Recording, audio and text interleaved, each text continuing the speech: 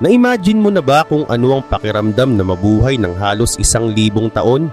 Sapat na itong panahon para tuklasin mo ang lahat ng hiwaga ng kalikasan, maipon ng walang hanggang karunungan, at masaksihan mismo ang pagtakbo ng buong kasaysayan sa harap mismo ng iyong mga mata.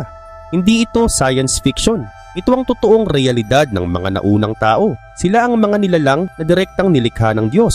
Ayon sa Biblia, si Adan ay nabuhay ng 930 years, samantalang si Methuselah naman ay umabot ng 969.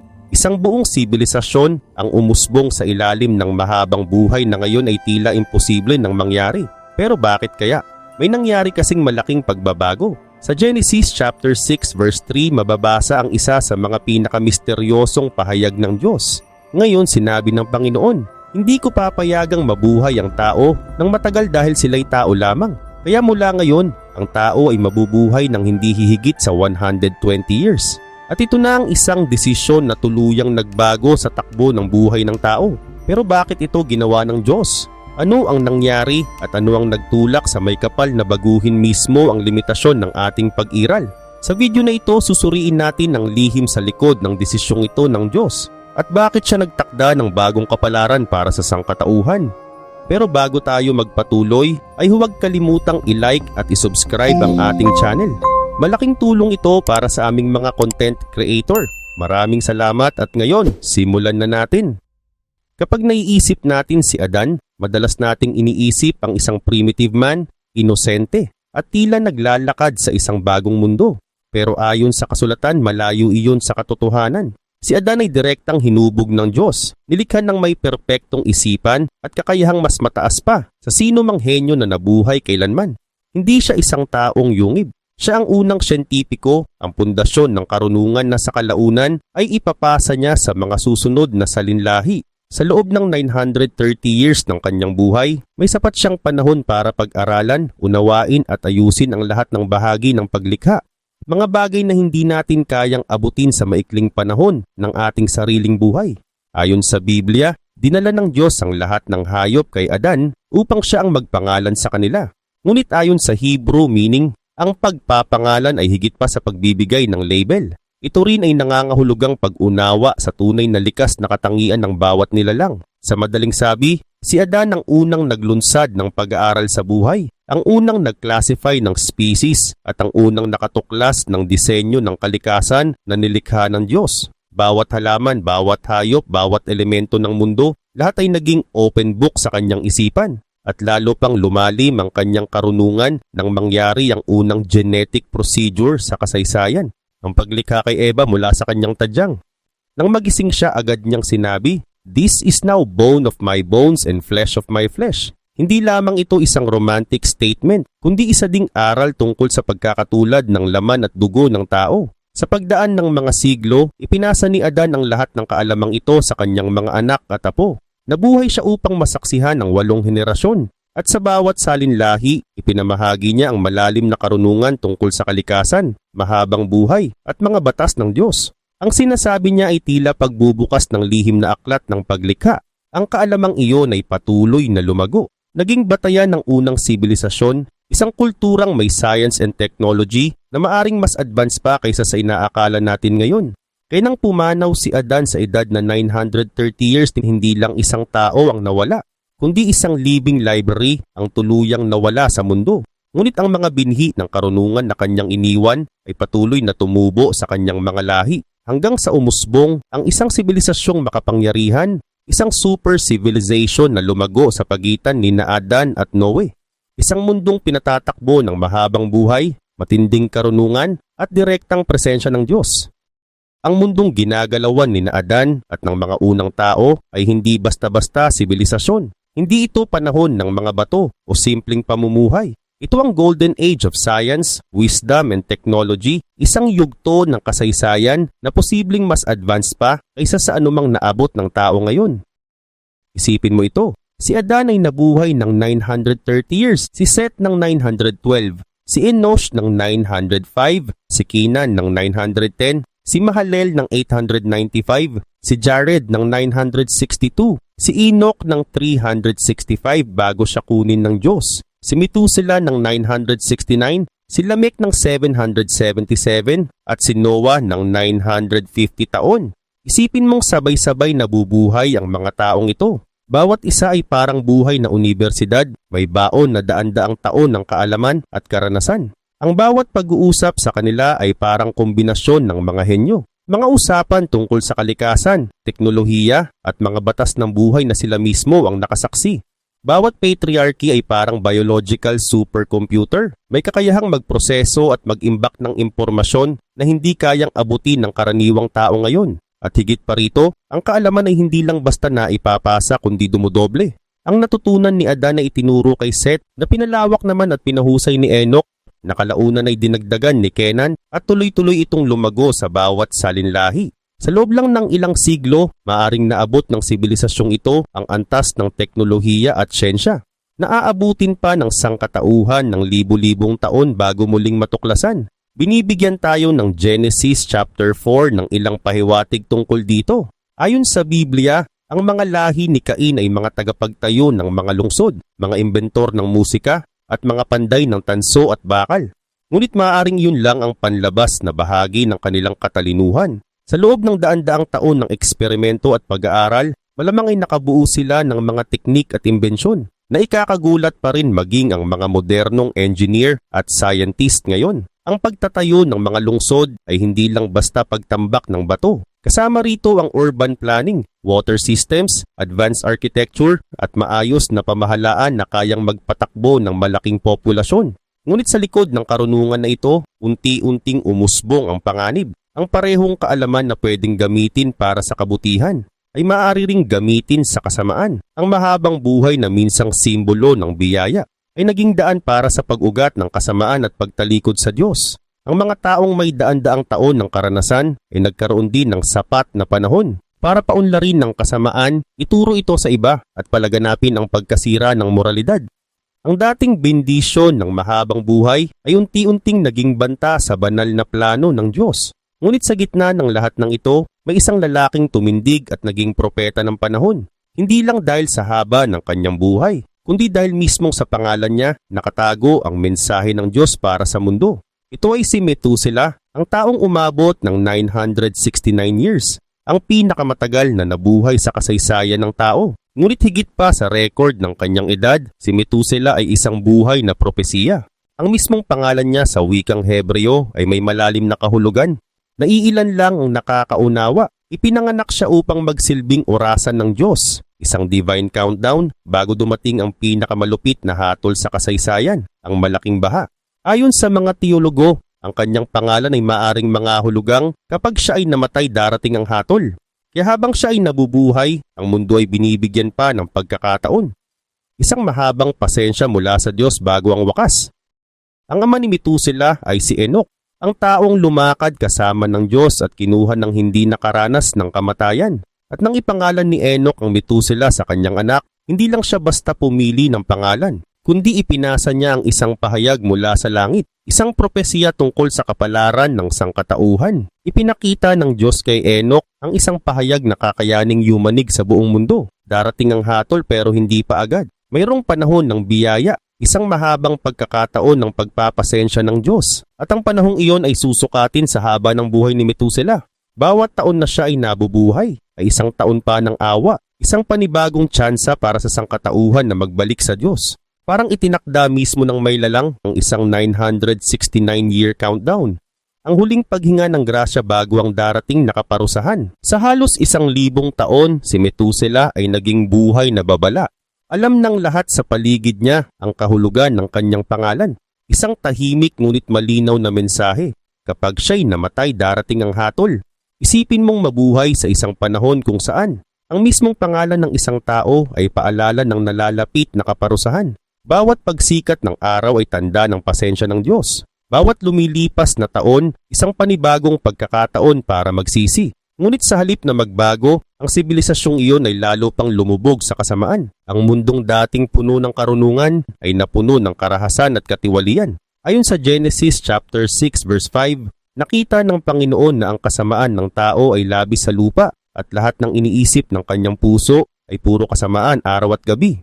Ngunit ang pasensya ng Diyos ay may hangganan, at ang hangganang iyon ay nakatali sa buhay ni Methuselah. At nang dumating ang wakas ng countdown, naganap ito. Noong 1656 years matapos ang paglikha, namatay si Methuselah sa edad na 969 years old. At sa parehong taon, tulad ng ipinahiwatig ng kanyang pangalan, mahigit 9 na siglo ang nakalipas, bumuhos ang malalakas na tubig ng malaking baha. Hindi iyon aksidente. Ito ay eksaktong katuparan ng propesiya, ang pahayag ng Diyos na kumalat mula henerasyon hanggang henerasyon. Ang kamatayan ni Methuselah ang nagmarka ng katapusan ng panahon ng biyaya. Ang countdown ay tuluyan ng umabot sa zero. Ngunit bago siya tuluyang pumanaw, tinisod muna ni Methuselah ang pinakamahalagang misyon ng kanyang buhay. Ipasad ang lahat ng kaalaman at karunungan na kanyang tinipon sa loob ng halos 1 milenyo sa kanyang apo na si Noe, ang taong itinalaga ng Diyos para sa pinakamahalagang gawain sa kasaysayan ng tao.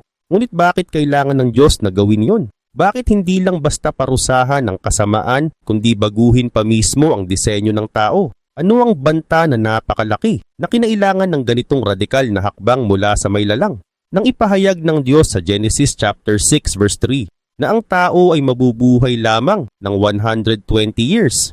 Hindi lang siya basta nagtakda ng limitasyon. Ito ay isang banal na pagbabago sa mismong code ng buhay. Isang uri ng divine reprogramming sa kakayahan ng sangkatauhan. Hindi ito random na desisyon. Ito ay maingat na hakbang upang pigilan ang pagtaas ng tao sa antas ng kapangyarihang halos kapantay ng Diyos. Ang mahabang buhay na dati simbolo ng karunungan at biyaya ay unti-unting naging sandata ng kasamaan. Isipin mo ito. Ang isang modernong diktador ay kayang maghasik ng gulo sa loob lamang ng ilang dekada. Ngunit sa panahon bago ang baha, ang isang masamang pinuno ay may daan-daang taon para pagplanuhan, paunlarin at perpektuhin ang kanyang kasamaan. Sa loob ng mga siglong iyon, ang kasamaan ay hindi lang lumago, ito'y pinino, naging sopistikado, mapanlinlang at mas organisado. Isang tahimik na virus na kumalat sa mga lipunan hanggang sa ang kabuuan ng mundo ay napuno ng karahasan. Ang mga korap na pinuno ay nakapagtatag ng mga dinastiyang madilim na umabot ng ilang siglo at winasak ang moralidad ng buong sibilisasyon. Ang mahabang buhay na minsang itinuturing na biyaya ay naging sumpa dahil ito ang nagbigay ng panahon para lumalim ang kasamaan sa puso ng tao. Ngunit higit pa sa karahasan, ang tunay na problema ay ang pagtutol sa kapangyarihan ng Diyos.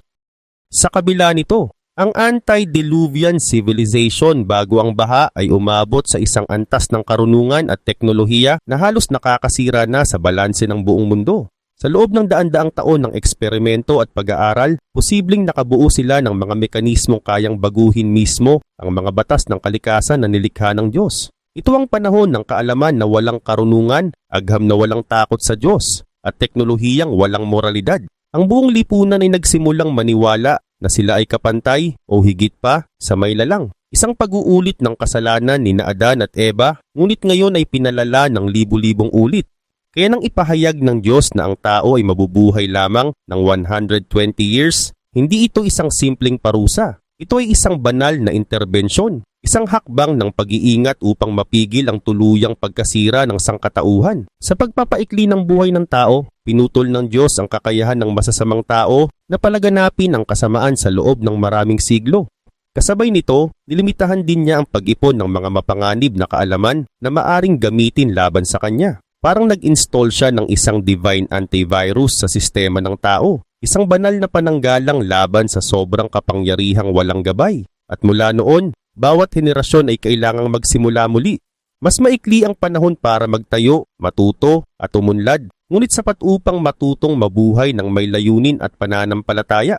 Ngunit ang pagbabagong ito sa lahi ng tao ay hindi nangyari bigla. Ito ay unti-unti, maingat at planadong isinakatuparan ng Diyos sa loob ng maraming henerasyon pagkatapos ng baha. Si Noe ay nabuhay pa rin ng 950 years.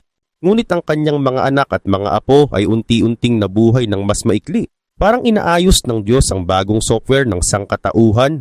Hinahanap ang perpektong balanse, sapat na panahon para matuto, ngunit hindi sapat upang maipon muli ang matinding kasamaan. Ang pagbabagong ito ay naging paalala sa bawat salinlahi.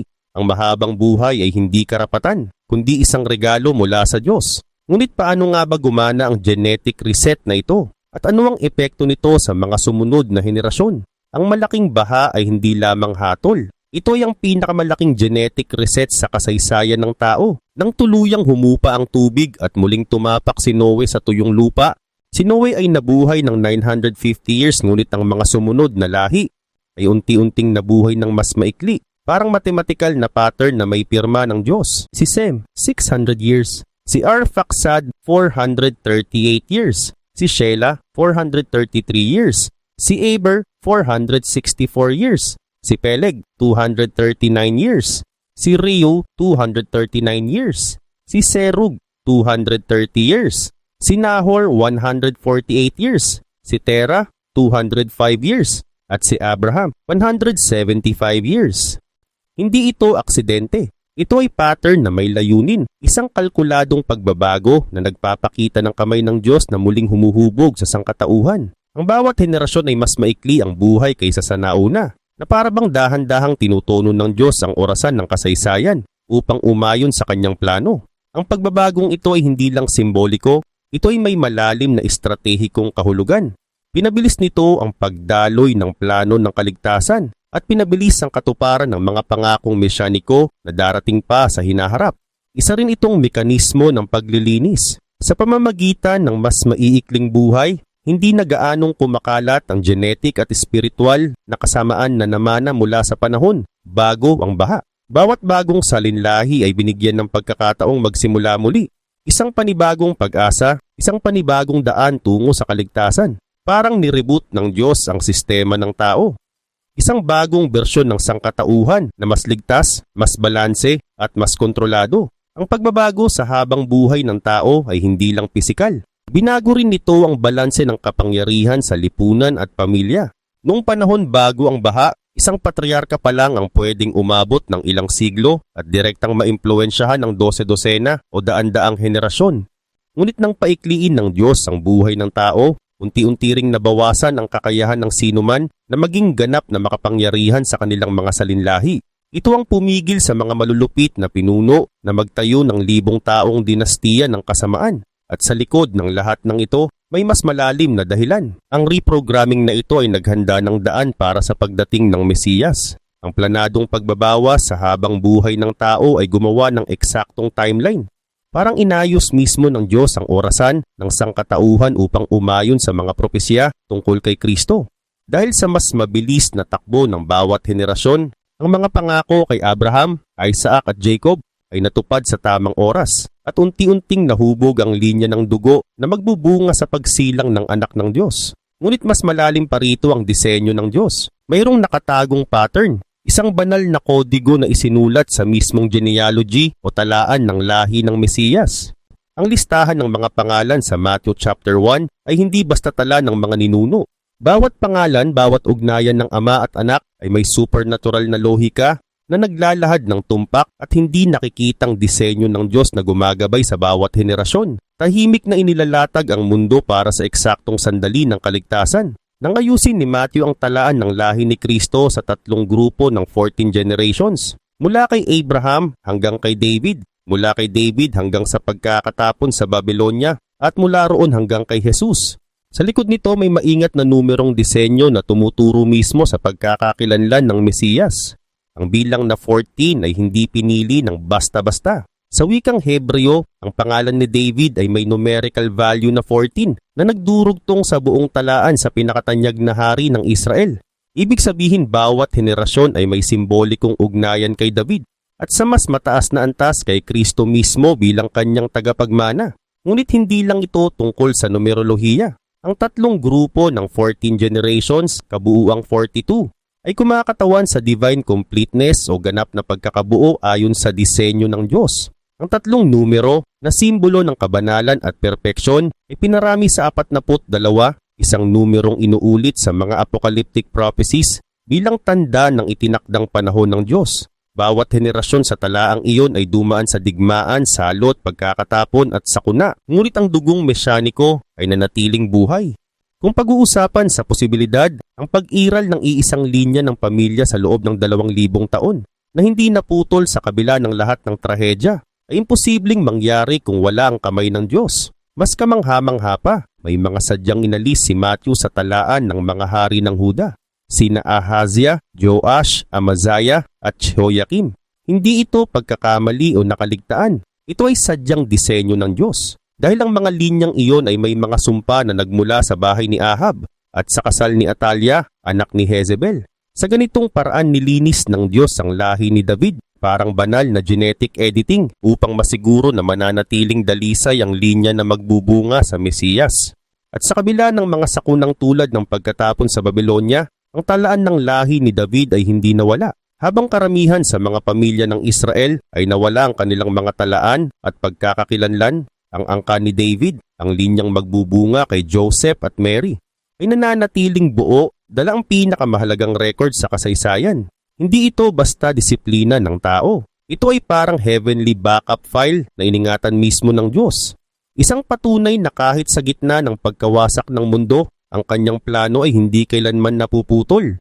At ang pinaka-nakamamanghang bahagi ng lahat ng ito ay kung paano nakaugnay mismo ang kodigo ng Diyos sa itinakda niyang 120 taong limitasyon ng buhay ng tao. Sa pagikli ng habang buhay sa isang maingat na paraan, nilikha niya ang perpektong ritmo para sa 42 henerasyon, ang eksaktong daloy na magdadala sa katuparan ng mga propesiya sa tamang panahon. Kung ang mga patriarka ay nabuhay ng 900 taon, masyadong kakaunti ang magiging henerasyon. At kung 30 o 40 lang, sobra naman. Kaya sa pagitan ng 70 hanggang 120 taon, maingat na kinalibrate ng Diyos ang orasan ng tao. Isang genetic timer na hahantong sa pinakamahalagang yugto ng kasaysayan, ang pagsilang ng Mesiyas. Ang timeline na ito ay hindi lang pangkasaysayan. Ipinapakita nito na bawat desisyong ginawa ng Diyos libu-libong taon na ang nakalipas ay patuloy na umaalingaw-ngaw hanggang ngayon. Ipinapakita niyang ang plano niya ay hindi lang walang hanggan, kundi eksaktong kalkulado. Ang limitasyon ng buhay ng tao ay hindi parusa, kundi isang kosmikong estratehiya. Isang maingat na disenyo upang protektahan ang sangkatauhan laban sa sarili nito at pabilisin ang katuparan ng plano ng kaligtasan. Mula kay Adam, ang unang nilalang na tumingin sa kalawakan ng nilikha ng Diyos, hanggang sa sibilisasyon bago ang baha na nag-ipon ng kapangyarihang halos delikado. Mula kay Methuselah, ang tagapagbantay ng isang propetikong orasan na tumagal ng 969 na taon, hanggang sa genetic reset pagkatapos ng baha na muling nag-ayos ng sangkatauhan. Bawat hakbang ng kasaysayan ay maingat na inorkestra ng Diyos. Ang talaan ng lahi ni Jesus ay hindi aksidente ng tadhana. Ito ay bahagi ng isang planong inayos ng Diyos sa loob ng libu-libong taon, kung saan bawat henerasyon, bawat kapanganakan, bawat desisyon ay maingat na nakahanay sa tadhana ng kaligtasan. At ngayon, tayong nabubuhay sa ilalim ng itinakdang 120 taon ay may maikling ngunit napakahalagang panahon para tuparin ang layunin ng Diyos sa ating buhay. Bawat araw ay isang regalo mula sa langit. Bawat taon, isang natatanging pagkakataon upang ihanay ang ating mga hakbang sa plano ng lumikha. Ang parehong karunungang nagpapaikli sa buhay ng tao upang protektahan ang mundo ay siya ring nagbigay sa atin ng sapat na panahon para makilala siya, tanggapin ang kaligtasan kay Kristo at iwan ng pamana ng pananampalataya para sa mga susunod na henerasyon. Kaya kahit mas maikli ang buhay mo kumpara sa mga sinaunang patriarka, ito ay eksaktong haba ng panahon na kailangan mong gamitin upang matupad ang plano ng Diyos sa iyo. Ang planong inilatag pa niya bago palikhain ang daigdig. Ang limitasyong 120 taon ay hindi parusa kundi instrumento ng biyaya. Isang maingat na sukat ng panahon upang makilala mo ang may likha, tanggapin ang kaligtasan at tuparin ang iyong tadhana. Bawat pagsikat ng araw ay regalo ng Diyos. Bawat taon isang bagong pagkakataon upang maglakad sa loob ng kanyang walang hanggang plano. Ang parehong kamay na nag-ayos sa DNA ng sangkatauhan ay siya ring nagpasya ng eksaktong panahon ng iyong kapanganakan. Sa panahong ito, sa henerasyong ito, na may kakaibang layuning ikaw lamang ang maaaring tuparin.